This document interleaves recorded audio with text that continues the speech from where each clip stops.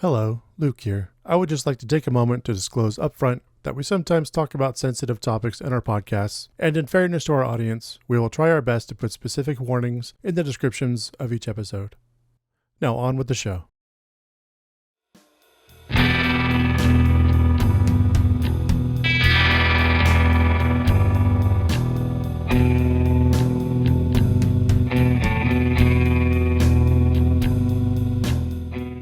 When I was working, I saw the town drunk twist in the wind. He dehydrated as he fixed his gun to the sand. And my neighbor's sheep got slaughtered, and he lost his head. And that was the day Chang promised to pay for a snake that doesn't exist. So now, Earl, we are leaving perfection. Earl, we are leaving perfection. Earl, we are leaving perfection again. Is The Only Exception by Paramore. That was excellent. Thank you. Very nice. And welcome to the Nostalgia Killers podcast, where we revisit films from our youth to see if they still hold up or should be inserted into the great DVD player in the sky. My name is Luc Londe, joined once again, almost as always, by Chuck Starzenski. And as I am here, you cannot shake me. And once again, by the great Kevin Bordi. I promise I won't talk about Rolf Saxon this episode. I promise. No mentioning Rolf Saxon at all. We can probably edit him into the film somehow. Just him looking just bored in the background. We'll just put his head on some other guy. So get Kevin Bacon out of there. Just puking in the corner at Chang's Market. And for this episode, we watched Tremors. Perfection. A scorched outpost in the middle of nowhere. You know how close I am to leaving this place right now? How close? Maybe that's why Val and Earl decided to leave town. Hey, hold up. That's Edgar Deems. They just picked the wrong day to do it. Jeez. You guys better get the hell out of here. There's a killer on the loose. Who could be doing it? Is that a snake? I'll give you boys $5 for this. 20.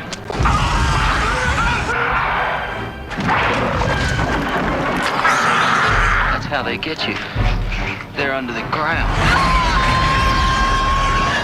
What the hell are those things? How could they eat a whole station wagon? But where do they come from? I vote for outer space. No way these are local boys. You see, they're headed right for us. No Richter scale can measure it. They're coming! No scientist can explain it. Bert, they're under the ground. You didn't get penetration even with the elephant gun. Run, run! And no one knows what to call it. Megaworms or suckers or suckoids. Now, this valley is just one long smorgasbord. Now, it's up to Val and Earl to save the world. That's one big mother. Who died and made you Einstein? And they know just what to do. Flip for it. Damn. Kevin Bacon, Fred Ward, Tremors. Woo! Yeehaw! Well into spooky season. That's right. But yeah, thanks for joining us again, Kevin. What's your nostalgic attachment to Tremors? I had a weird sort of moment when watching this movie because I got really frustrated because I couldn't find it for free anywhere. Yeah, same. Same. I got really mad. I remember I had that moment of just like, I can't, but the indignity, I have to pay money to watch this. And then I realized I have watched this movie for free at least 100 times. I don't think I've ever paid once to ever watch this movie. I've just seen it on whatever, USA, TNT, whatever was playing it. So it was this moment of just like indignance and then just, well, no, there's, it's time. We're completing the circle. Yeah. Exactly. Yeah, that's very true. I hadn't thought of it that way, but I was like certain I had a digital copy of it somewhere, and I was pissed when I didn't. But yeah, $4. Yeah, that's fine. I owe it to them. This movie was on TV, I think, every other weekend. Yeah. I was pretty sure there was a channel that just played Tremors. Exactly. When I was growing up. Yeah. Yeah, no, I had like the same exact, like, just like, the audacity. Tubi, it is almost Halloween, and you took like, cause Tremors, I feel like, is just on, it lives on Tubi. Yeah. It is buried underneath, snaking around, and then it was just like, the one time I need it, it's not there. Yeah. Fucking hell. How about you, Chuck? Yeah, I was probably 10 the first time I ever saw it on TV. And much like Mission Impossible, I mostly saw this movie in random televised chunks. But those chunks that I did see, I watched ad nauseum. And it wasn't until I was probably in my late teens that I finally saw it uncut and in its entirety. Mm-hmm. And by uncut, I mean, as God intended, with Gillette razor ads in between. And, I don't think I've ever seen it not on television until just now. But my biggest connection to this film is that it's the most common non-sports entertainment that plays in bars. Yeah. Really? Yeah. Wow. My wife and I, we've caught Tremors with no sound at random dive bars more times than I can count. Is it the bromance? Is it the... I think it's just the TBS effect. I think it's just it just happens to be on. It comes on after the basketball game is exactly. over. There's dudes smoking in cowboy hats and driving trucks. Yeah. It's kind of... I will say, though, my dad, who is a boomer, like a literal boomer, not the way that it's... he quotes this movie, not all the time, but he does quote this movie. And my dad does not quote movies. So throwing that out there for dive bars. I think there's a lot of boomers who really like this movie. And good on them, because honestly, this movie is fantastic. And really holds up. Rewatching it this time, I fell in love with it again. Just the power of that opening shot. Just the whole scene, Bacon just pissing off a cliff. I love that it's like the zip and turn, and then it's like Kevin Bacon.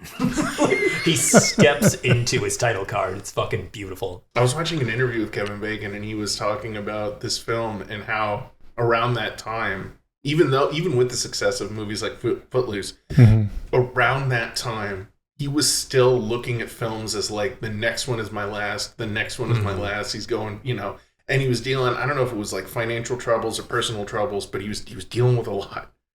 And he almost didn't take the project, but the way he was kind of looking at it, the way that the script had been fixed, he was like, okay, I think we can make something out of this. And of course, the movie was a failure, I think, when it came out. Yeah. But I read that his wife was pregnant. Yeah, he had a kid on the way. They had to stop filming for... But it was also like, oh, God, dude, like, my last movie's going to be about underground fucking worms, but I got to put food in my baby's mouth kind of thing. Yeah. This was a heavy rotation rental in my youth. My parents actually, I think both of them separately or together, rented this several times for Blockbuster. So that's how I saw it for the first time. And then rewatching it this time, I realized that this isn't filmed in Arizona. This is filmed where my fucking family's from, in the fucking desert in Lone Pine, California. That's where I grew up. I mean, I spent my summers there. I was like, I know where that is. That's fucking Movie Road.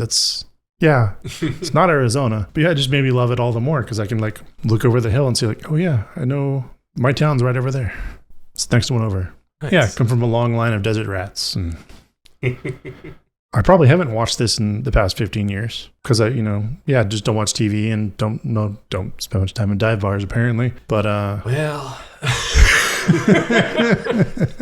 yeah, I mean that's pretty much it for me. I'm just like I rewatching it again. Like I said, I just fell in love with it. It's a really good fucking movie. It's a good comedy, a good little kind of spooky horror kind of deal, good monster effects. Yeah.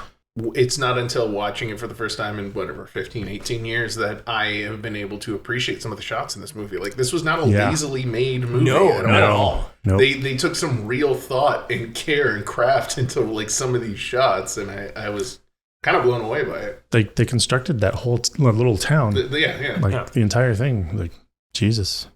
Speaking of taking care, what are your favorite scenes, Kevin? I mean, the one that we're all gonna talk about ad nauseum, of course, is the shelter when it busts into the shelter. Yeah, it's such a great moment because the whole movie, these monsters, because of the nature of the creatures, you're trying to figure out how they're gonna kill these things, how they're gonna combat against these things, and they have to take them out in very clever ways, except for 3 minutes. There's 3 minutes of the movie where it's just them going, okay, You know how they do it in the other movies? We'll give you 3 unadulterated, nonstop minutes of just insane gunfire. And it's great the way they lead into it, because the miniature busts through and there's just a moment of shock and fear, and it cuts to them on the outside and they're like, oh, it's done for. And then from the distance, just the gunshots. Hear the rat-a-tat-tat. And it just cuts back. The best shot, of course, being the step back to the wall, revealing it. It's one of the best. I watched this movie again last night with my wife because miraculously she had never seen the movie. And that moment had her cackling. She doesn't make a lot. She's not very emotional during movies. She went, and it's just a wonderful moment. For me, like the thing I remember the most is the last kill of the last Grabboid coming out of the cliff and falling down and like having all the guts and stuff come out. That's like, if someone said the word Tremors to me, that's the image that comes into my mind. Is the big Looney Tune fall at the end? Kind of, yeah. But like, still, there's all the gross like skin coming apart. You know, the way they did it just made it look like an actual giant thing. It was really good, but it's probably mostly just Jello. And yeah, I love all of the just classic horror POV attacks.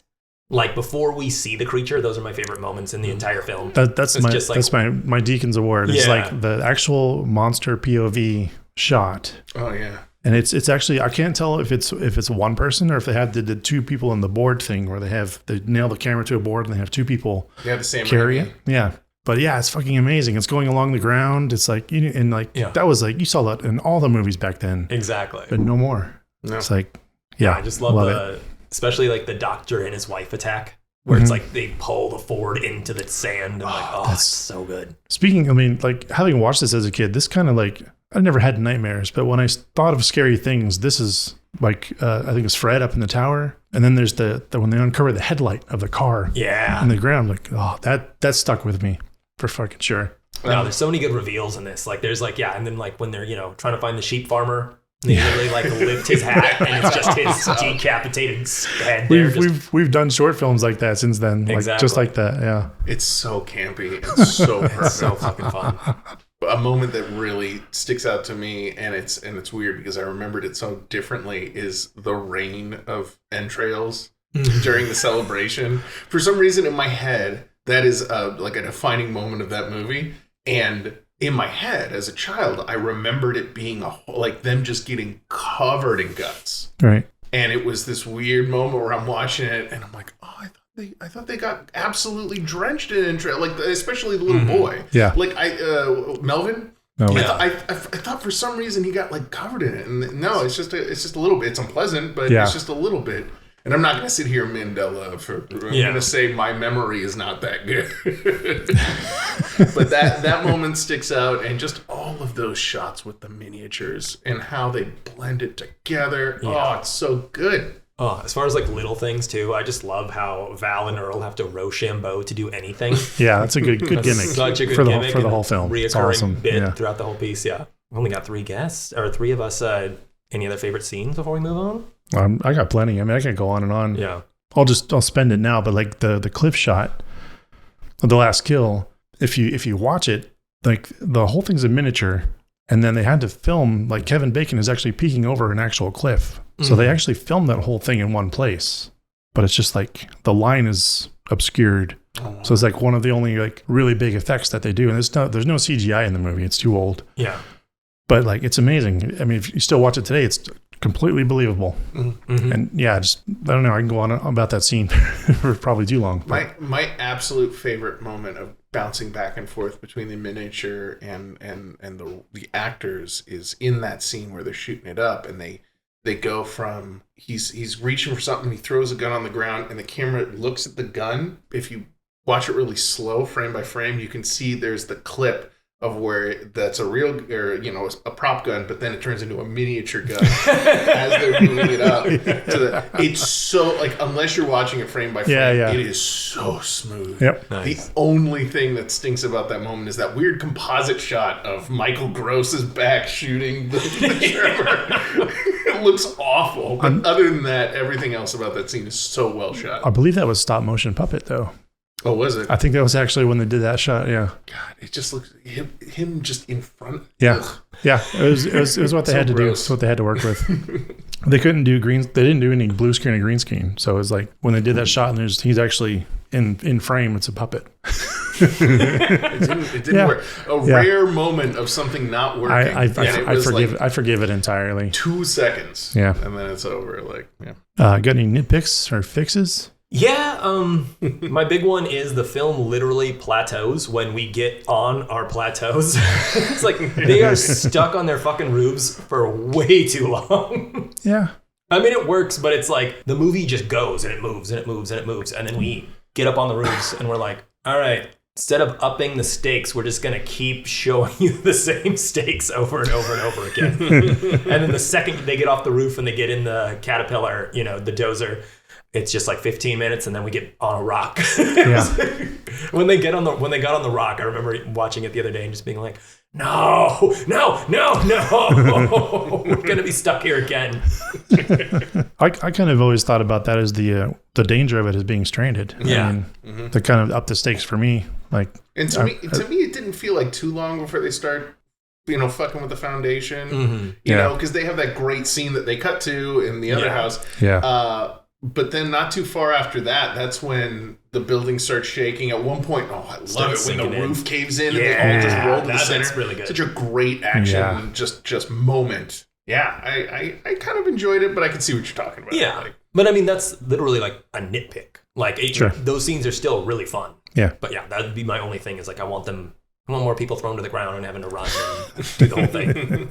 I got one, and it's like, I get why he did it. I get why they were like, hey, this will look a lot more interesting if you do this. But it doesn't make any goddamn sense. They're in Chang's Market, and the refrigerator starts going off, and they're like, we gotta turn it off. So Kevin Bacon jumps onto the refrigerator and then demands that the other guys move it. Yeah. Like, yes, it looks great, but when you stop to think about it, like, and in my mind, I'm sitting there going like, okay, if I can picture it, 3 guys trying to, it probably just didn't look good in the shot. Yeah. They were like, this is a lot more interesting, and there's action, and you're throwing yourself around there. I noticed that this time too. There's actually like sodas and stuff in front of it, so the other two actually have to like spend time to move that shit out of the way. And Kevin just sitting up there and like, sitting on. Hurry up, guys! Yeah. You can just barking orders at him while he's laying down. Like, are you laying and trying to push it? It doesn't make any sense. Just adding weight to it. Yeah, exactly. We got to get this out of the way. Let me add 185 more pounds.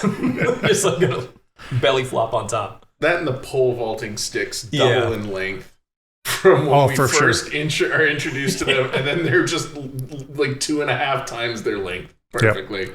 Well, I don't know if you guys saw on the if you guys watched it behind the scenes, but only the first boulder was real. So during that sequence, like the second, third, and fourth sets of boulders that they vault to, they're set pieces. Oh, okay. But yeah, I did notice like hardcore, like the poles double in length, and it's just ridiculous. It's funny because when this movie came out in 91, I think, and I remember seeing that moment, going like, "Oh, that's a nitpick." But then I was thinking, but then like 2 years later, Steven Spielberg's going to tell us all to forget that there was that there was no cliff there, and now there's a cliff in Jurassic Park. Like, as far as nitpicks goes, pretty marginal compared to that creature feature. Also, with the boulder scene, you get a weird, because at first I also had that written down, then I took it away really quickly because you get a weird, like, Rusted Root-esque, like, fun montage song too that plays for no reason. Yeah. It's like basically, send me, I'm aware. Like, it's that without lyrics because, like, they couldn't afford that song. Yeah. This movie, like, it's a horror movie, sure, but at its heart, it's kind of just a buddy comedy. It's about these 2 guys, and they're trying to figure out what they're doing with their lives, and then this woman's there, and she's coming up with her smart idea. That's that kind of moment. Yeah. That, like, oh, maybe we can learn something from her. The only thing I got is the idea that it's Arizona, and I noticed this time watching through. I don't know. I don't think I have a better quality thing of it, but I've also never seen it not on VHS or TV. So I have a much better. I guess I watch it in HD. Mm-hmm. And I watched the behind the scenes too, and I learned for certain that when they were filming the opening shots, when they're waking up in the truck and they're driving around, they're going around to meet what's her name. It is the end of February, out in the high desert, and it is freezing. And when they meet her and they drive back around, you can actually see it if you look. It's fucking snowing right in the background. So they're all dressed in summer clothes and they are freezing their asses off. That's my only nitpick is like, it doesn't snow in Arizona. Yeah. Kevin Bacon's running around shirtless. So Yeah. He's not shirtless. That's the thing. I know. And I got a note about that later. About who takes clothes off in this movie. Mm-hmm. The last thing I'm going to say, and again, these are nitpicks, not a big deal. But when Chang's Market starts rocking, the soil is not moving at all. No. And it's like, I get it. You probably had just some sort of frame and it's just a close-up shot and they're just moving it up and down. But you could at least put some dirt to move it. Like, it's just perfectly cut dirt as the corner of the market goes up and down in it. Like, maybe have some. You already have so much dirt moving through this entire movie and it looks so good when you do it. Yeah. It's weird that they chose not to do it then. Yeah. Rainy day double feature. Oh, man. Oh, Sorry. I was going to say. Both at the same time. Yeah. 1, 2, 3. Tucker and Dale versus Evil. Because I'm thinking, because the first one that came to my mind was that one, just because there are not that many buddy comedy horror movies. And Tucker and Dale versus Evil is a very underrated buddy comedy horror movie that doesn't, it's a little bit different. It's not necessarily a creature feature, but it is a lot of fun, and there's a lot of gore, and there's a lot of mystery, and you don't know what's going on. I would say that. Shaun of the Dead, another buddy comedy horror that I think would be perfect for Zombieland. Sure. Or, you could just pair it with the parent of Tremors. Or I guess maybe step-parent. I don't know. Jaws. Because this movie is essentially Jaws. Yeah. Jaws and Dune have a child. The screenplay's original title was Land Shark. Yeah. It's like Jaws, but the Earth. Jaws bombs in dirt. Yeah. And you could tell by the score and some of these shots. They even did the vertigo shots. Yeah. Only 7 years. What? No, it was 11 years after Jaws, right? Mm-hmm. It's perfect time to bring that stuff back up. Yeah. Just like we're doing now, the whole nostalgia bit. Exactly. Yeah. Non sequitur, or not non sequitur, off topic. A good friend of mine, Jess, is working on the Broadway show The Shark is Broken right now. Oh, Nice. I can't remember if she's assistant stage managing or stage managing it, but she is working on it right now. Right on. It's going great. nice. I was waiting for you to just drop a ball and be like, she's working on Tremors the musical. I was gonna be like, what? Yeah, the from the people who made King Kong the musical, Exactly. They're gonna bring a big giant worm on stage. Julie Taymor is set to direct, and it's gonna have a score by U2. I got Deep Blue Sea. Ooh. So, yeah, still super freaking campy. You're getting a little dry, a little arid from being out in the desert. That's with Sam Jackson, right? Yeah, I like that gonna plop one. you right in Yeah. the middle of the ocean, baby. Yeah, We're I gonna remember do that Deep one. Blue Sea with Sam Jackson and A bunch of random LL Cool J. LL Cool J, yeah, he survives. Thomas yeah. Jane. Yeah, Thomas Jane. on Jane, those. Jesus. Skarsgård, the old one. Yeah, Stellan. Yeah. Stellan Skarsgård. It's so Jesus. fun. That is high up on the list of movies. I wouldn't even call it science fiction, but movies where there is science and words are being said, but they don't mean anything. They were just in a laboratory. That's the only science that Exactly. No, Yeah. it's well, we dabbled with the mitochondria of the medulla oblongata They took of the the third shark. grade and this and biology that. Yeah. words. Yeah. Exactly. And you're like, wait, what? You were doing this for what? To cure cancer. Exactly. It's actually, no, it's, what is it? It's, Alzheimer's? yeah, there we go. That's a perfect bit right there. But My brain is like a Sharks fan. my head is like a shark's fin. Well, I got something from the same year as Tremors. I don't know if it's significant or ironic or whatever, but Flatliners Oh, yeah. also has Kevin Bacon, and somehow came out the same year. I didn't because I'm a total professional. I didn't look up whether or not they filmed Flatliners before or after Kevin did Tremors. But I feel like it would be after, because I feel like I would think Kevin's so too, but- depressed and at the end of his rope when he does Tremors. Well, Tremors came out in January, so Flatliners I think came out later, like towards Christmas that year. So I'm curious about when this was shot because 89. That little girl, it looks like she aged 10 years in 2 years. And forgive me, I don't remember her name, but we know where she's from. She's coming from up. 2 movies, the 2 movies that I know, and it looks like she aged a decade. Hollywood's hard on the kids, man. When was Jurassic Park? 93. Which means they had to shoot it before that. That's 4 years. Yeah, but they filmed Tremors before they showed Tremors too. So they filmed it in 89. So 4 years later, she looks like she looked old enough to drive a car. And in Tremors, she looked like she was like 8. They did doll her up. Yeah, they kind of just stuck her on a pogo stick and. Forced perspective. they Lord of the Rings turn. Another movie trick, Kevin. Exactly. Yeah, that's all it is. It's a really big pogo stick. She's actually 42. It's a miniature, yeah. On to this movie's cocktail. Yeah, in honor of Tremors, today we are drinking a Grabboid Bite because I didn't have a great name for it. We've got an ounce of bourbon, a half ounce of lemon, 1/4 ounce of Sfumato, and a 1/4 ounce of Sorrel Liqueur. Shake and serve that with a cheap cider to sip on. Silently mix all the ingredients, and given the opportunity, you best shoot it while you can. Right on. Thank you, Chuck. You're welcome.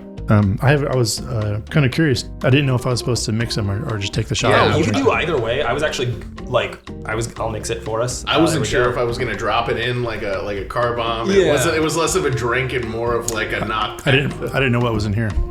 Oh yeah, just like that's cheap nice. cider. Yeah, it's not bad. And then mixed together, it's still pretty solid. And a snake bite's usually like some kind of hard cider and then like a shot of whiskey on the side.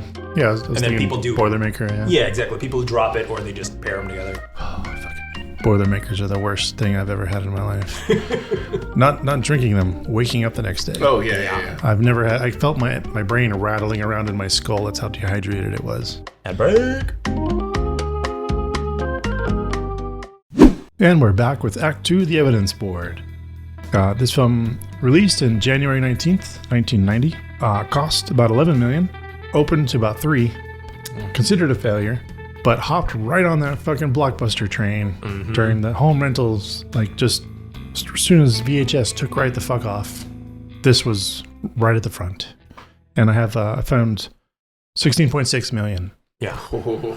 Over its life. Good for you, Tremors. Yeah, on top of becoming a cult classic, just because it was in front of everyone's face, because they rented it, twice a month, like my parents did. Yeah, I mean, I think that's my actual, before I ever saw it on TV, I think that was my first exposure to Tremors, was just walking into video stores and just seeing this beast coming up out of the ground. I don't know what that is, but that scares the shit out of me, and I do not want to see that because I am 8 years old. Yeah, I remember being 10 and going okay, and then looking at the Jaws poster and going, okay, I'm starting to see. Written by S.S. Wilson and Brent Maddock. Yeah. Don't know any of those guys. Nope. Directed by Ron Underwood. This kind of launched him despite its somewhat failure. Yeah. I mean, I was just going to say, despite its presence in our culture, I thought it had a much bigger opening weekend. I thought it was just huge, like Star Wars or something. Thank you, Blockbuster. You were good for something. Yeah. You got any trivia? Yeah, I got a bunch of fun trivia Research? stuff. Is that the film was conceived while Wilson and Maddox were filming safety videos for the Navy in the desert. And they constantly found themselves bored and wondering, what would happen if there was something actually living underneath the giant boulders that they were shooting on all day. I've been there. I know that feeling. You touched on it earlier. The original title for the film was Land Sharks, but they changed it after a Saturday Night Live skit came out. Yeah. And it was really fucking up their pitching process. Oh, dude. Telegram. Oh, that was in the 70s, wasn't it? Yeah. Telegram. Or around the same time Jaws, like the SNL skit for Land Shark. And then, speaking of, that kind of fucking things up, over 20 uses of the word fuck were dubbed over or edited out to get a final cut of PG-13. Yeah. And you can tell. Yeah. Oh, my God. The most common changes were sucker and mother humper. That's the biggest mother humper I ever saw. It's always so, it's so abrasive every time. That was what Mel said when we were watching it. She was like, "That's no way." Yeah. There's no way he said that. It's like that moment in Galaxy Quest where Sigourney Weaver very clearly says the word "fuck," and they just change it to "screw." Just like, maybe use a different thing. Yeah, Kevin Bacon originally hated this movie and was extremely embarrassed to be a part of its production. And for years, he was convinced it would be a career killer. Yep. But, as he's gotten older, he's actually admitted it to being one of his favorite films. And he doesn't watch his own stuff for the most part, but he rewatches the shit out of Tremors. It's infinitely watchable. Yeah. Yeah. I'm actually kind of sad my rental expired. I was going to watch it again. I watched it twice. Yeah. I watched it the night I rented I planned on it. I just didn't get to it. And then when Mel told me, I was like, well, then I guess I gotta watch it again. The Grabboid's tentacle mounds were added in mid-shooting to save production money on building more miniatures and like full-size creatures. That's so smart. It's so smart. And then you get just practical like hand effect puppets. Exactly. It's just some guy lying under the sand just going meh, meh, meh, meh, meh. And it works so well, especially when it's not the hand puppets, like when she's in the station wagon and they're slapping against them. Yeah. Oh yeah. Oh, it's so effective. Yep. Speaking of the Grabboids, the sound that they created for the Grabboids was so popular in Hollywood that it's been reused in various films, such as Predator 2, Eight-Legged Freaks, and Starship Troopers. Eight-Legged Freaks. That's a great flick. I don't think I ever saw it. I'm not one to promote David Arquette films, but that's a good one. It's a very fun. It's similar to Tremors. It's just Tremors with CG. It's fun. Reba McEntire almost wasn't cast due to the director Mr. Underwood's prejudice that musicians can't act, but she came in and was happily proven wrong. I never knew who Reba was. Mm-hmm. As far as Tremors goes, I didn't know she was in it, but then she had her own show. Yeah. Like 15 years ago, and then I knew who Reba is. Yeah. Still did not recognize her in this. I had no clue she was in this. Literally, she's the last title card during the intro, and I was like, oh, here we fucking go. We got a movie, folks. Yeah. We got Reba McEntire in this. I didn't realize that's who she was. I thought she was just going to be like, oh, and there's Reba in the store. Yeah, she's a tourist driving by or exactly. something. Yeah, but no, she's in it. I thought she was going to roll down the window and make a really just cheesy cameo and just kind of wink. She's on set for one day kind of thing. Exactly. Yeah. And then just get immediately eaten. Yeah, that's kind of what I was going for. Another Mandela effect was for some reason I thought she had a bigger role, and I think she has maybe 15 lines in the whole movie. And it's not to say she doesn't do anything. Yeah. She does a lot. She has way more than I thought. This is where we cut back to the shelter where she's firing all the guns. Yeah. But yeah, she only has 15 lines in the whole movie. Well, she gets her song in the credits too. Yeah, that's true. So was that just written? I didn't look it up. I looked at it. I think it was just it was just a random Reba song that happened to fit. She happened to own it so they can license it. Exactly. There we go. Get it cheap. Yeah. Couldn't get Rusted Root, but we can get Reba, baby. Gotta get that Rusted Root money. Exactly. One day. Send me on my way. You have any other trivia facts? No, I was just blown away that it was filmed outside of Lone Pine. Yeah. And I never noticed because I fucking lived there for so long. Movie Road, all those big, really soft or just rounded looking rocks. Mm-hmm. Those canyons, something like 900 Western films from the origination of Hollywood have been filmed down that road. That's the canyon that you see in almost every Western film from the 1930s on to now. And it's it is unbelievably popular. Not that it's people flock to it to go look at it, but that's where people go from Hollywood because it's only 3 hours away to film, and it's relatively close to nothing really. But that's what I'm saying. It looks like it's close. It's the fucking middle of nowhere. When they filmed this, Lone Pine was pretending they're outside of Bixby, Arizona, which is another fucking completely desolate fucking border town, just fucking nothing. But Lone Pine was way more. It was way more. I don't want to say happening, but there was stuff there. There was a gas station, at least. There was a market. There was stuff to do. There was probably a doctor. There was a doctor. There was a bowling alley. I mean, there was stuff to do even back in the 90s. But yeah, I was just still blown away. I didn't notice all the times I also watched it. Growing up, that's fucking where we're from. I know where that is. I could fucking walk there. Yeah. For alt casting, I've got Bill Paxton, Matthew Modine, and Bruce Campbell were all heavily considered for Val. Trying to picture a Bruce I would have swapped Valentine. out both Fred Ward and Kevin for two of those guys, but I wouldn't put one of them with Fred Ward. That's interesting. Yeah, I could see Bruce and Modine. Mm-hmm. I think Bruce being the Fred Ward character. It's tough. It's tough. And it's also 89 too. It's 89. Bruce Campbell, 89. Yeah. I think Kevin and Fred just work so well together. They're awesome. They're just so great. No, the presence that Fred Ward has. Oh yeah. Is just so, and what's great about it is that he's not a smart dude, and yet next to Valentine, he is a genius. Exactly. Here's the thing that never gets really touched on is that Fred Ward's actually like 15 years older than Kevin. Oh yeah, but it's never hinted at. They're equals. Yeah. In this, which is great. It's only hinted at once at the very end when he's just like, "You can't make the run. I'm faster than you. I'm younger than you. I'm faster than you." Even though they're both wearing cowboy boots. Yeah. I'm just throwing this out there. I'm pretty sure if you're wearing cowboy boots, you run the exact same speed as anyone else who wears cowboy boots. Right. Just one other. I had Jack Palance was considered for Earl. Jack Palance? Yeah. He would have sucked the entire movie into himself. Yeah. He would have eaten the whole thing like a tremor. Yeah. Hey. Could have cast him as the Tremor. that's way too much of a character actor to be just a random nobody. Right on. Usual Suspects. Yeah, you got some? We finally did it, ladies and gentlemen, and theys and thems.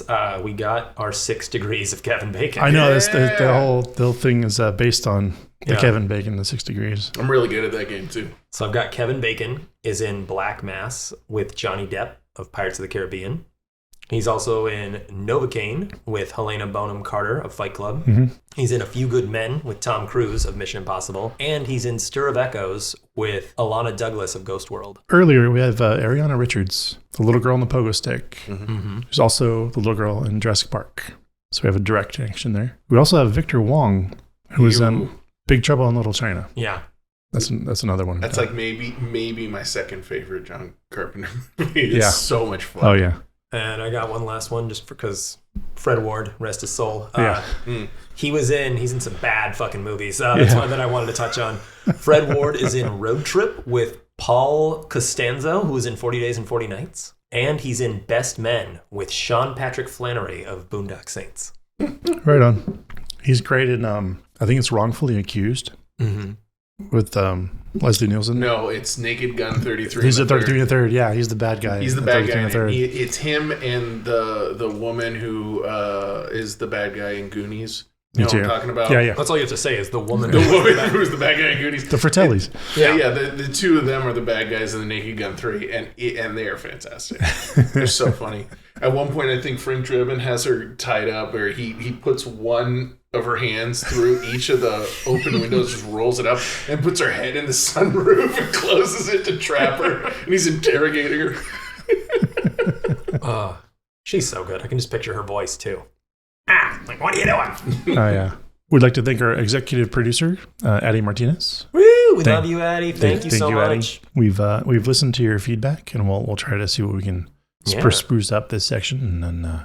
Also, when we do Saw 2 eventually, we'd love to have you on. She was almost on Saw. Okay. Yeah, Hollywood's trying to get her on. Right on. Yeah, Addie, come on the show. You're paying for it. Exactly. And we'll take our second ad break. Ad break 2. And we're back with Act 3, the award categories. We'll go on to My New Band Name. And should we let Kevin go first? Yeah, let Kevin go first. Oh man, I got way too many. I only got one, so. You're only well. How about let's do yours first then. Well, I just got a 12 gauge knife. so when Reba's shotgunning that one tentacle and she's shooting it until it's cut, I'm like, fuck yeah. Fuck yeah. That's awesome. Yeah, that's all I got. I got Stampede up your ass. I got Already Thinking of Wednesday. That's your 80s new wave. Yeah. Swiss Cheese and Bullets. I had that one too. I got Damn It, Melvin. A lot of metal bands in this one. Pardon My French. Mm-hmm. Uzi For You. Yeah. Such a good license plate. I don't know if it was a band name, but it's a great album title. That Cat Can Pull Anything. That's like bad 90s like Gap commercial swing revival. The Cherry Poppin' They Daddies. opened for the Cherry Poppin' Daddies, yeah. And another album title, Few Household Chemicals in the Proper Proportions. Fuck yeah, dude. Yep, I hadn't heard that line in so long, and I completely forgot that this is where it's from. Yeah. I think the two ones were that one and The Wrong Goddamn Rec Room. Those are the two that my dad would always quote. Broke into the wrong goddamn rec room. You kind of touched on mine already, so I'll just go over them really quickly. Swiss Cheese and Bullets. For that, I had them as a folk duo. And then for your, Few Household Chemicals in the Proper Proportions, the band name was Household Hand Grenade, and they're an anarcho-punk band. Fuck yeah. And then the two that you didn't say that I do have are Far From Perfection. They're an amateur bluegrass band. And my last one is my favorite. Ladies and gentlemen, give it up for Group Piss. They're a grindcore band. It's in reference to when Val, Earl, and Rhonda all have to pee at the same time on the rock. Where it's like, well, this is going to be embarrassing, darling, but nature's calling. And then she's like, well, it's calling for me too. And then Kevin's like, yep. Then we just cut away as they all piss together, basically. It's a little neat moment of solidarity. Exactly. Mm-hmm. It's a bonding moment. Updated movie title? You go. Okay. I hate the ones that I have. I just had Below Perfection. Yeah. There you go. I had Perfection Falling. Ooh. I was thinking of those. That makes me think it's like Aliens. Yeah. And I have Land Shark, obviously, but then I was like Wormageddon, because like nowadays that's pretty good. Nowadays, like we just sort of lean into that shit. You know, Tremors is surprisingly like sharp and clever for what this movie is. And nowadays we have Sharknado. Yeah, exactly. We have Croctopus versus Bobbledeed. Who cares? Wormageddon probably would be what they would call it. And it would be all CG and terrible. And actually look like a shark. Yeah. Chuck? No? Oh, yeah. We've got a new category for spooky season. I tripped on my way to the car that won't start. What horror tropes are on full display, and did this movie invent any? I don't think this movie necessarily invented any, but I would like to throw this moment out there. The barbed wire moment. Yes. And it brings me back to... There's this clip that keeps getting circulated about Trey Parker and Matt Stone, and they're talking about writing. And they're like, if in your bare bones of your story, you have the words, and then, it's dead. Yeah. Things need to chain together. This happens, therefore, this happens. Exactly. And because of that, this happens. And that moment is so good. The movie has a ton of them, but that's the moment that really stands out to me is... she's running for her life. The worm pushes her up, which causes her to fall and just be on the barbed wire. And then the thing pushes again, which causes her to roll her up in the barbed wire, which then causes her to try and drag herself away when she can't free herself. But then it's grabbing it and it's pulling her in. It's this great moment of, and it's the simplest thing where it's a chain reaction. Mm-hmm. Things cause other things to happen rather than just mindless random bullshit, which is what you see in a lot of cheap horror movies nowadays. Outside of the psychological, deep, dark ones. In Sharknado, you don't have that. No. There's no chain of acts. It's just, someone's running and then there's some bad acting and then a shark falls on them. Whatever. That was just such a great progression of things. And how did it end? It ended with she had to take her pants off. Yeah. And of course, the woman had to take her pants off. Not a single man takes his shirt off in this movie. Nope. I watched it twice. I was waiting for it because I was like, am I just like projecting that there's, it's early day, like 80s, 90s movies. The woman's got to take her shirt off or show some skin. Yeah. You got Prime, Kevin Bacon, and Fred Ward. You totally could have had a moment where Kevin Bacon has to go shirtless. Like, the most you see is just sleeveless. And he also could have ripped the shirt off to tear it up to then be a tourniquet. Yeah. Oh, yeah. No, she gets cut up from the barbed wire. Yeah. But it's just him, like, using an eyedropper on these obviously, like, not real wounds. And she's showing no, like, wincing at anything. Yeah. She's like, And then he's like, well, I'm done. Just dropping some stuff on it and then someone hands her some pants. Yeah, that's one of the ones I had was, the female lead must strip down to her underwear to live. It's to save your life. Exactly. Other big ones on display are no phones, no roads, and no keys. Yeah. It's just like, how is there one fucking, like, there's one road in and out of town? Like, what happens if we just keep driving that direction? Do we hit anything? No? Okay. No, the road stops there. Yeah, exactly. Yeah. It ends. And then a lot of POV gotchas, like just a lot of that classic, like you touched on, like they just don't make them like that anymore. Yeah. I also thought it was really brave of them to do a creature film, horror film in the daylight. Yeah. And like, I think the director was in an interview I watched, he was like, we're going to do this in the daylight and see everything. And they're like, you're fucking crazy. That's not how aliens worked. Yeah. Or Alien. Like, it's like, but this, how will they not, how do we hide the wires then? Like, Yeah. it's like, it's got to be dark. You got to be squinting to be like, oh yeah, no, that looks real. That's not a sock puppet. Yeah. Cheers to the grip crew, man. They had to invent a lot of shit to get that thing to work. All right. We've got the Roger Deakins Would Be Proud Award for cinematography.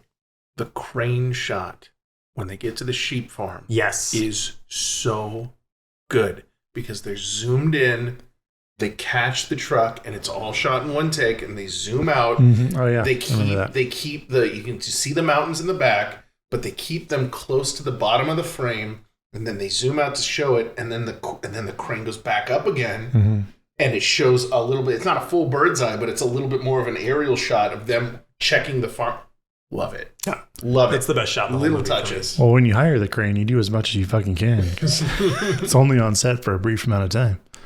When we were recording, because I was an extra for the last episode of 13 Reasons Why, we spent most of the time waiting for the crane to be all set up and things like that. So we were sitting out in the sun. Huge pain in the ass. Forever. And I remember one of the things they had mentioned was maybe bring an umbrella because you're going to be sitting in the sun for a very long time. So it was me in a suit in the end of summer. And I'm sweating bullets, and I got this umbrella up, just like, okay, here we go. All right, Steven Weber's going to talk. Here we go.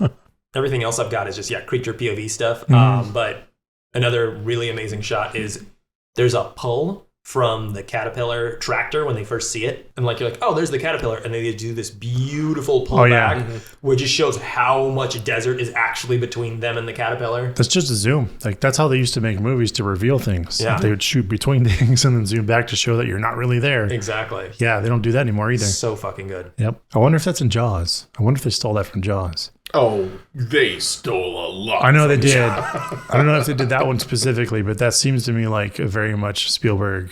But yeah, it was awesome. It was good. I noticed it this time. I've never watched this analytically, and like there's a lot of good shit. That was one of the biggest takeaways from this rewatch. Was just like, whoa, they like you touched on it earlier in the podcast. Just like they thought this movie out. They thought this B movie about like and there's only worms. 17 people cast. So it's like really easy to work around everybody and do all that stuff. But yeah, they had a lot of time to invent everything they needed to make this great. Is that Channing Tatum in a dog collar? We probably have the same guy, same person. Yeah, so I got two, and I'm sure everyone else has two as well. Oh, really? Okay, all right. Well, the only ones that I have are obviously Reba. Oh yeah, yeah, exactly. That's what I had. Yeah, I got Michael Gross. See, I was thinking about him, but I was more surprised at Melvin. Oh yeah, I got Melvin too. Who's Melvin? You ever watch a show called The Wonder Years? Wonder Years? Oh, shit. He's the older brother. Did you know that the person who did the sound for Wonder Years also did the sound for 13 Reasons Why? Oh, really? He's a friend of mine. He lives in Nevada. Oh, shit. That's awesome. Yeah. Well, yeah. Okay. Well, yeah, damn. it's like his son grew up with Kevin, with Fred Savage? Fred Savage. So those are another usual suspects thing, I guess. Like another wild connections. But yeah, Michael Gross is definitely in this. Yeah, fucking Family Ties was the most milquetoast vanilla thing you could ever fucking see on TV.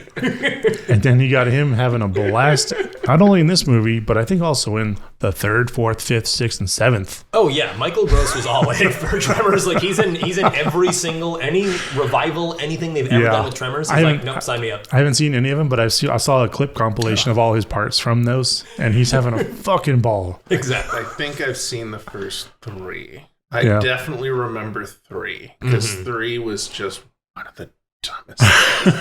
the Tremors, Jesus, the Grabboids are like, they're smaller, but they still have the same kind of look, and they have feet, and they're walking around. They're walking around the ground, but they see through, not through tremors anymore. It's not through vibrations. It's thermal stuff. So the Predator. It was either the second or the third one. Fred Ward was in it as well. Yeah, he's back for a couple. They were like, we need to get through this thing. And it was so, you can tell, even as a kid, I was like, this looks so cheap. That they had him, they threw like 3 sweatshirts on him, and then they were like, cool, we're just gonna code you with this fire extinguisher so you can walk into the room and do the thing before they see you.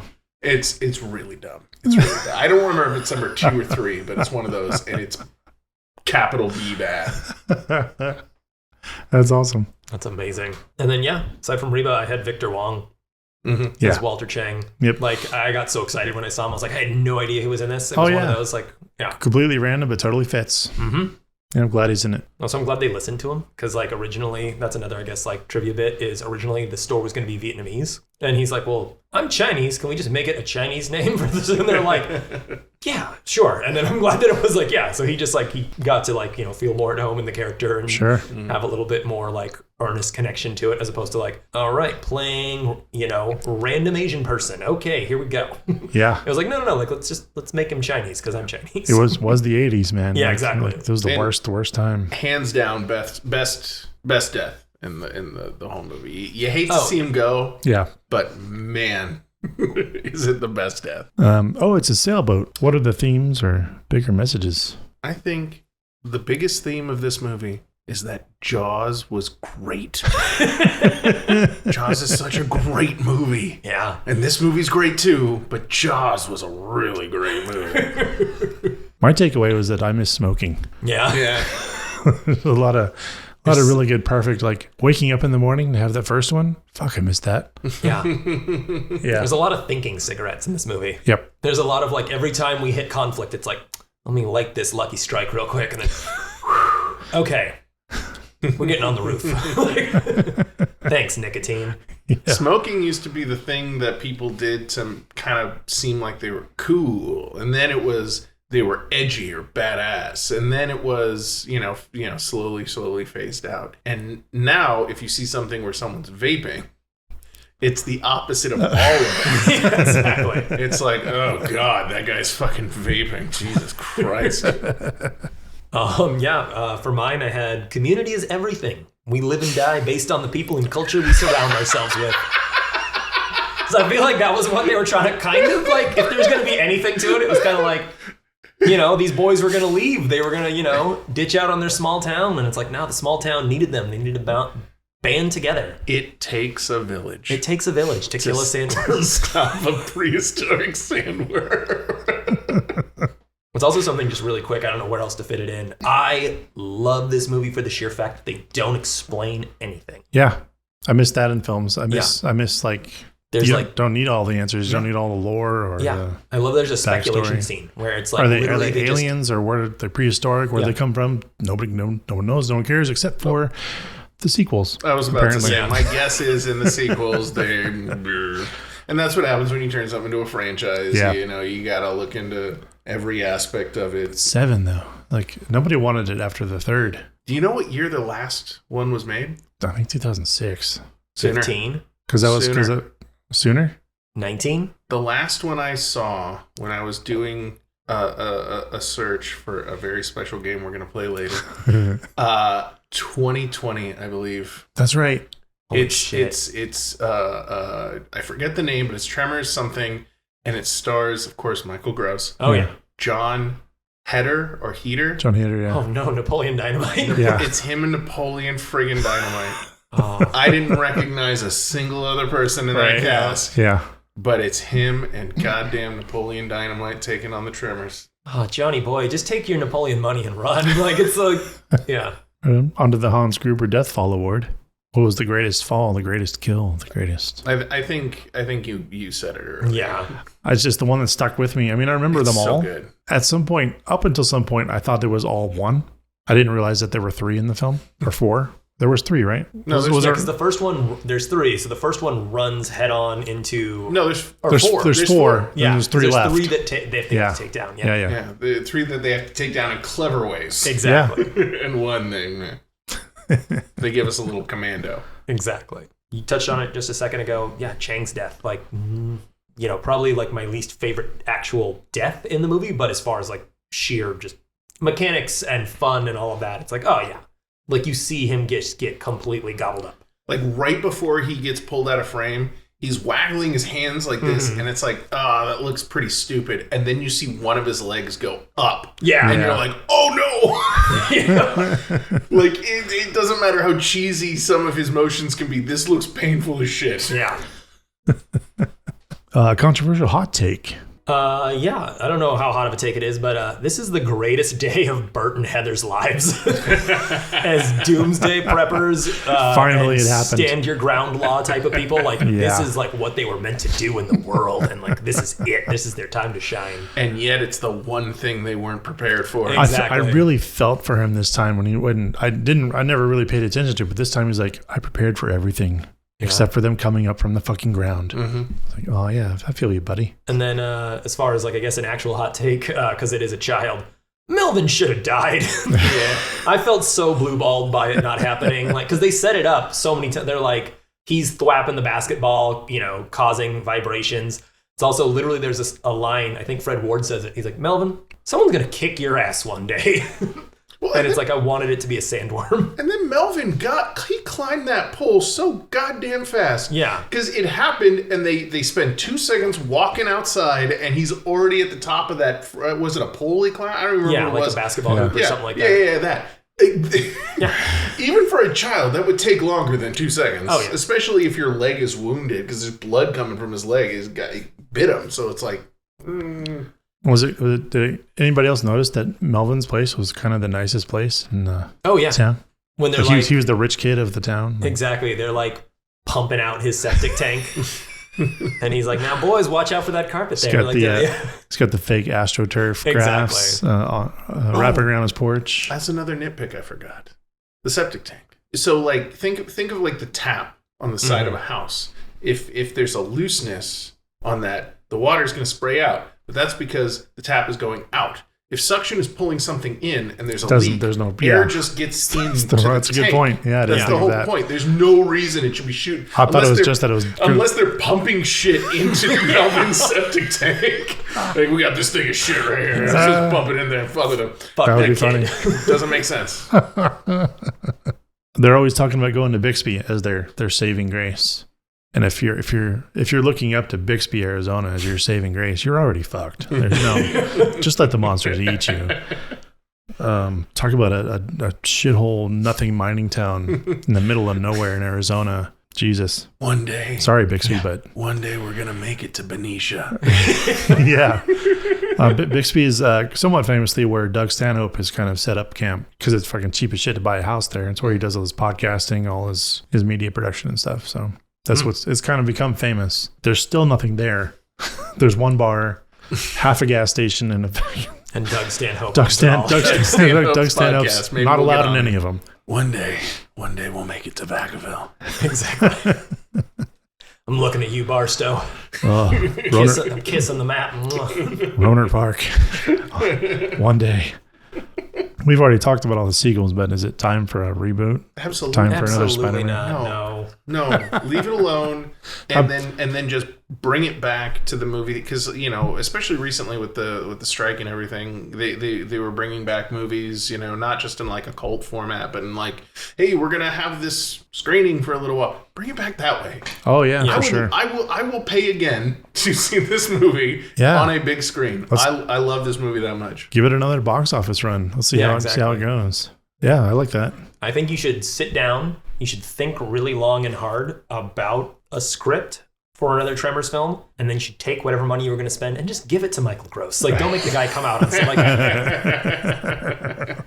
A little break. Here comes Kanye. Do you got any pluggables, Kevin? You want to? Oh goodness! Got anything going on? Nothing specific to plug. Just a reminder. I am on Instagram as the Redneck Demon Slayer. I'm also on the Tickety Talk as the same.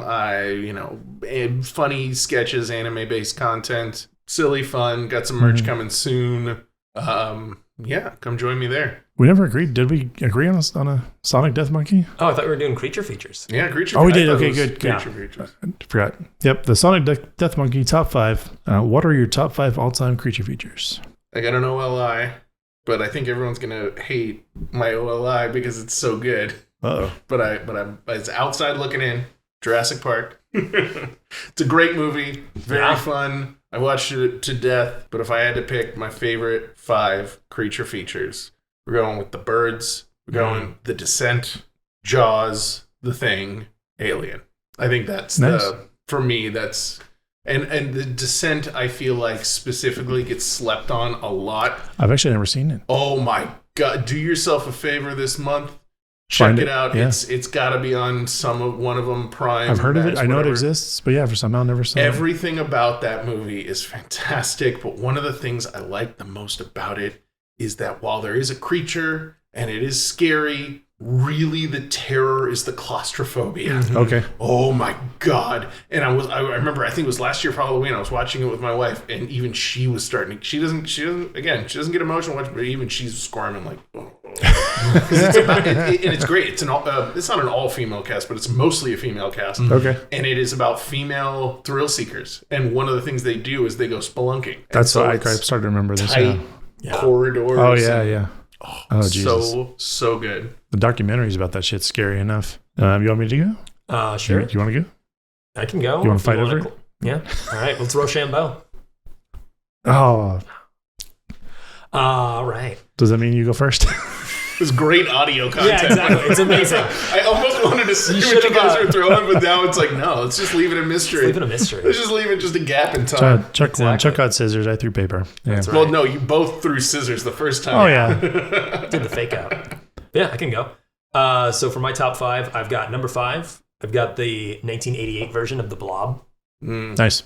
It's so fucking good. It's one of those movies that I didn't see until I saw it for the first time on the big screen during like a kind of horror double feature sort of thing. They were doing it at a local Cineplex, and like, my God, that movie is so good. Yeah. It's something that I like every time I stumble upon it on a streaming service, I'm like, I like almost watch it and then I fuck up and don't.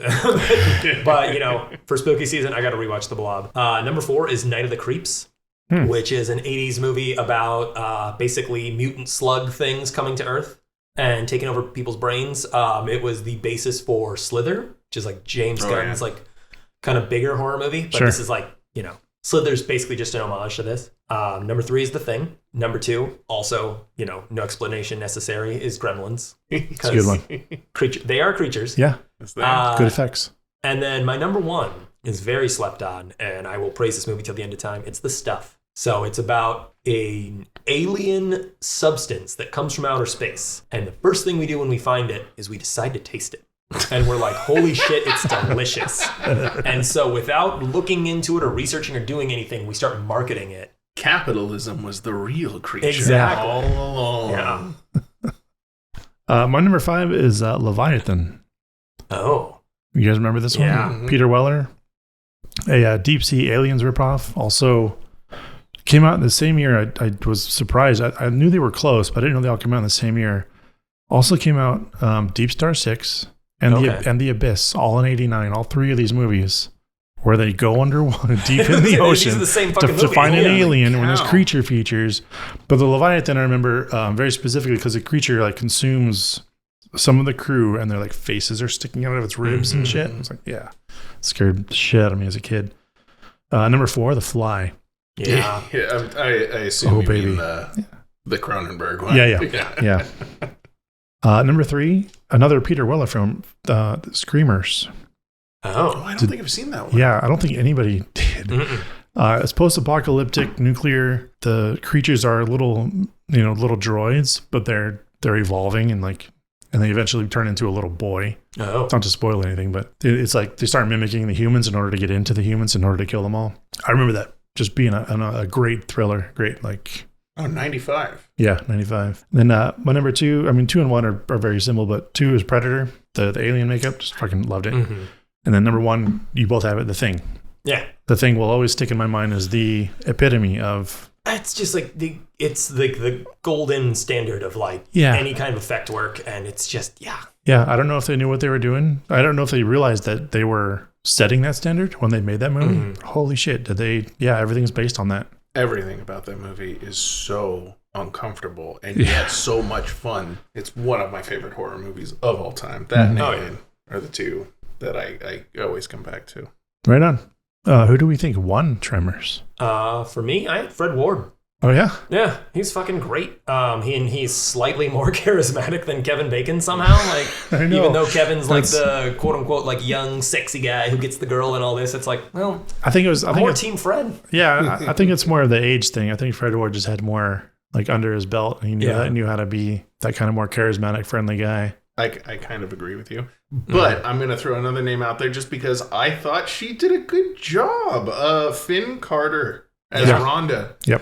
I was shocked when I was looking at her IMDb. She's done a lot of things, but just not a lot. Mostly TV. Not a lot of like super big leading roles. And I thought she did a great job. Yep. She leaned in to this movie. It's I think back to a lot of like performances in really cheesy bad movies that people, just really leaned in hard, like Aquaman. Aquaman was not a good movie, right? But Patrick Wilson, oh my God, that guy. You can't hold him or Willem Dafoe back. They're like, no, we're gonna lean in. Yep, we're gonna make this role as great as we possibly can. I got the special effects team. Yeah. I'm just rewatching this. The effects shouldn't hold up. No. They should. I should be able to pick things apart, but I'm still watching it going, I know it's like a sock puppet. I know they're pulling it on strings. I know they're pulling, large inner tubes through the dirt to make it move. I'm like, that looks so fucking good. And it's dirt. That shit's heavy. Yeah. Like, there's also, I noticed this time the effects when they do the POV and then they go into the dirt and you start seeing the dirt coming by the screen. I don't remember that at all, but it's in there like 3 times. And that looks fucking great. That's awesome. Like you got the POV going through the dirt too. And there was no CG, so that's all practical somehow. Yeah. So it's like we shot and then we got to like spend 9 hours cleaning this fucking camera. Gotta go back to the studio and just drop a bunch of dirt and rocks on it. Yeah. Exactly. No, I think you're right. I think they are the real winners. Yeah. And they built that entire town to destroy it and all the just the garbage that they brought out there. It's kind of what it looks like anyways. I want to play a little game. Oh. Go for it. As you mentioned, world-renowned actor Michael Gross. Yes. I had a sneaking suspicion Michael Gross had something to do with this. He's like the 4th lead in Tremors and has an interesting filmography. I have 5 movies here. I'm going to read you a name and give you a very short synopsis, and you are going to tell me if Michael Gross is in this movie in a little game that I have called Gross or Nose. Nice. Titles will work. What about Gross Out? Is he in it or is he out? Shall we begin? Yes. The first movie, Pizza Man. A boy receives superpowers from eating a genetically altered tomato and battles a corporation while trying to win the heart of the girl of his dreams, starring Frankie Muniz, Diamond Dallas Page, and cameos by Stan Lee and Adam West. Is Gross this not or Nose? Is this not being a real movie an option? I'm going to say gross. I'm going to say Nose. Gross. For sure. Also, where can I find this movie? Because I need to see this right away. I saw that was the first one I read. I was like, wait a minute, I'm sorry. He ate a genetically... I think I've seen a review on this film. Yeah, Michael Gross is in it. Again, haven't seen the movie, but the label for his character name starts with Professor, so my guess is he made the damn tomato. Exactly. I also love that he's probably still like 4th billing under Diamond Dallas Page. He is. Yeah, Diamond Dallas Page is on the list. Yeah. All right, next movie. 100 million BC. A scientist from the failed Philadelphia experiment leads a team of Navy SEALs to the Cretaceous period to save a team that was sent there in the 1940s, starring Chris Atkins and Marie Westbrook. I'm throwing that name out there just because she is the voice of Hanami in Jujutsu Kaisen, which is a great anime, and they got the season 2 out right now. Go Marie Westbrook. You're great. Gross or Nose? I'm going gross. I'd say nose. Gross. He's in all of them, isn't he? 1 for 1. I remember a buddy of mine, because this movie came out, this is not an older movie, this movie came out in 2008. I remember seeing this as on a bad movie night and laughing at it. It's fucking terrible. And the special effects for the dinosaurs are the worst, because they could not get practical effect puppets to look, it's just look up a trailer. It's terrible. But then I remember seeing this not too long ago. I don't know if y'all follow Red Letter Media on YouTube. Yeah, I watch them. They do a best of the worst, and they did one with Jack Quaid, and this is the movie he brought, and they watched it, and they were like, oh my God, Michael Gross. I'm pretty sure they did Pizza Guy, too. Oh, they did? I think so, yeah. That's why I'm pretty sure I watched that. I'm going to have to look that up then. Yeah. All right, movie number 3. The Making of a Hollywood Madam. The story of Heidi Fleiss, told through the perspective of her father, a mild-mannered doctor. Gross or nose? The doctor, also known as Michael Gross. I'm going to say nose, but I'm just going to say this movie sounds gross. Gross. Is Michael Gross the doctor? Yes. Yeah. He's the lead. Of course. All right, this one's a doozy. This I had to read a lot. I have to read a lot for this one just because it doesn't go where you think it is. In the line of duty, manhunt in the Dakotas. A random guy is fed up with the way that the government doesn't help American farmers, so he stops paying taxes. He goes to jail for not paying taxes and then gets out of jail after serving his time and still doesn't pay taxes. He then encourages everyone to stop paying taxes and then joins a paramilitary white supremacist group. And so the FBI's got to hunt him down. Starring Rod Steiger. Gross or nose? I'm going to say gross, but is Jim Caviezel in this? I'm going to say gross, too. And is he just reprising his role from Tremors? Yeah. Gross! Yes! Side note, there are, I want to say 20 in the line of duty movies. I just kept finding them. I found another one with Michael Gross with Dean Stockwell as the main person. I found there's just so many of them. I think they made a few, and then at one point they just became a made-for-TV shit fest, and they kept pumping them out. All right, one more. Sometimes they come back. ... Again. Yes. Oh, Jesus. The sequel to Sometimes They Come Back. ... John Porter returns to a small town after the surprising death of his mother. He has to face and exorcise the demons that took his sister 30 years ago, starring Hilary Swank, Alexis Arquette, and Patrick Renna. Does that name ring a bell? No. The Sandlot. Oh. He was... The catcher? Yeah. Okay. Is it Ham? Ham? Yeah. Yeah. Gross. I was going to say... I'm saying gross. That sounds... I'm saying gross. That's definitely It's gross. It's like, Gross. That was awesome. Oh my goodness. What a filmography. Yeah. I didn't even look into it. I just noticed that he was in all the Tremors films. I didn't realize he went off the fucking deep end. I was like looking because I was going to throw him in on the like, separation connections and all that kind of stuff. And was just like, I don't want to do this. He's in like 200 movies. Oh, Jesus. And most of them are like, straight to DVD. Well, that and like Atlas Shrugged Part 2. Yeah, exactly. You know, there was one I think came out in 2018 about a Christian missionary spreading the truth about whatever. He's a lot of those type of movies. Mike works. Mike eats. Yeah. I mean, after Family Ties, that's kind of where a lot of them went. Like, oof. But if you want to see him constantly sweating and out of breath and complaining about the environment, watch 100 Million BC. It's so much of it is just him just out of breath and just and like leaning up against boulders and then like kind of grounding. He's like, all right, let's go. That's I want to say half the movie. It's not even written in the script. It's just like, Mike, we got to get you across set. But Pizza Man That's going to be on my list. That's Actually, on first, the list, yeah. Red Letter Media's version of Pizza Man. Shout out to Red Letter Media. That's first on the list. I'm pretty sure that's where I learned about that movie. I never heard about that movie. I just recently found out what Frankie Muniz is doing now, and he's a race car driver. Really? Yeah. He's actually Miracle in Lane 2. Like a Disney Channel original movie he did where he was a race car driver. Oh my God. All I know is Malcolm in the Middle. That was it. Yeah. Right on. On to the verdict.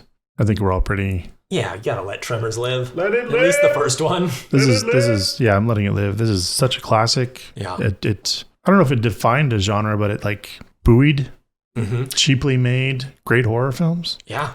I think this movie, albeit very heavily inspired by Jaws, I don't feel like a lot of movies are just straight up rip-offs of Jaws, but I think a lot of movies are straight up rip-offs of Tremors. Oh, fuck yeah. I think they created a really good formula that just got bashed into the ground. Yep.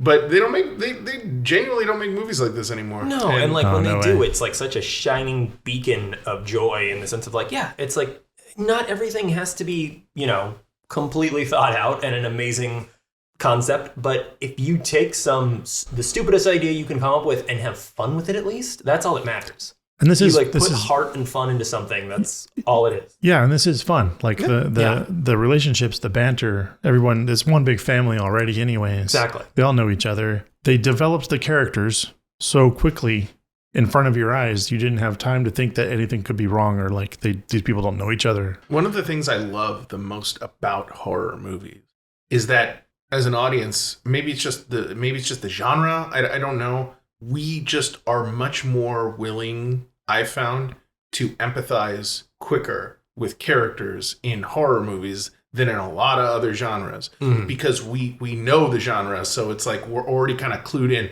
Bad things are going to happen. Bad things happen in comedies too. That's the whole point. It's like somebody's worst day of their life, but it happens, and the dialogue happens in a very certain way that's supposed to trigger us to laugh.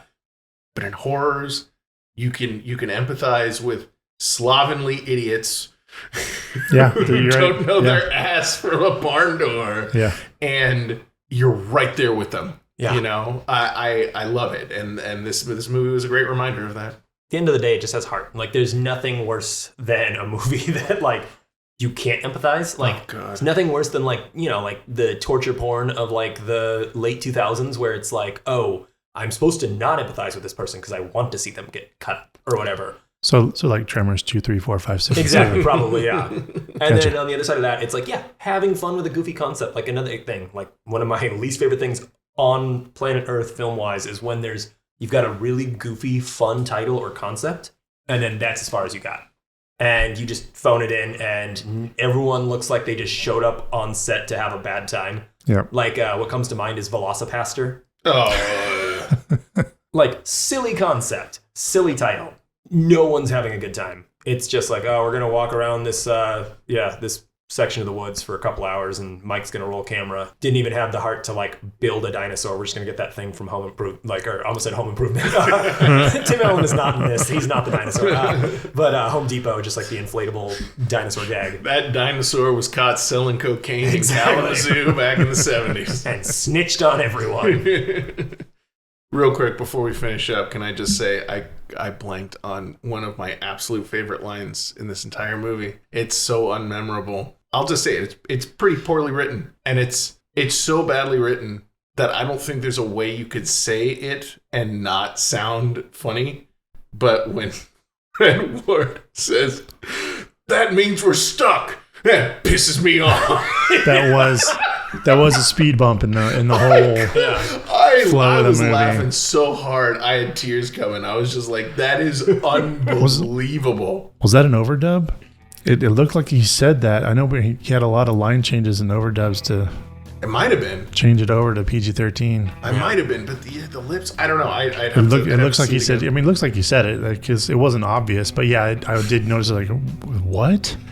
That means we're stuck. That pisses me off.